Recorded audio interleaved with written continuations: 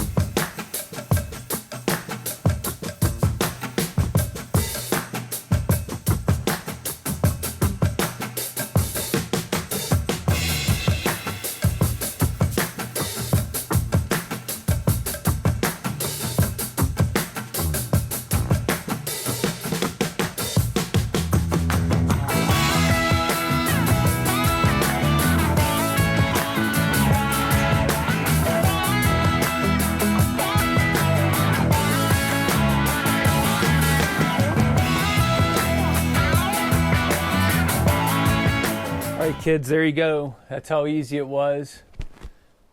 There's the original light. I just ran my wires through the existing holes, and there's the new light. I'll probably tuck that wire up out of the way. So there we go, quick and dirty. After 23 years we can see down here.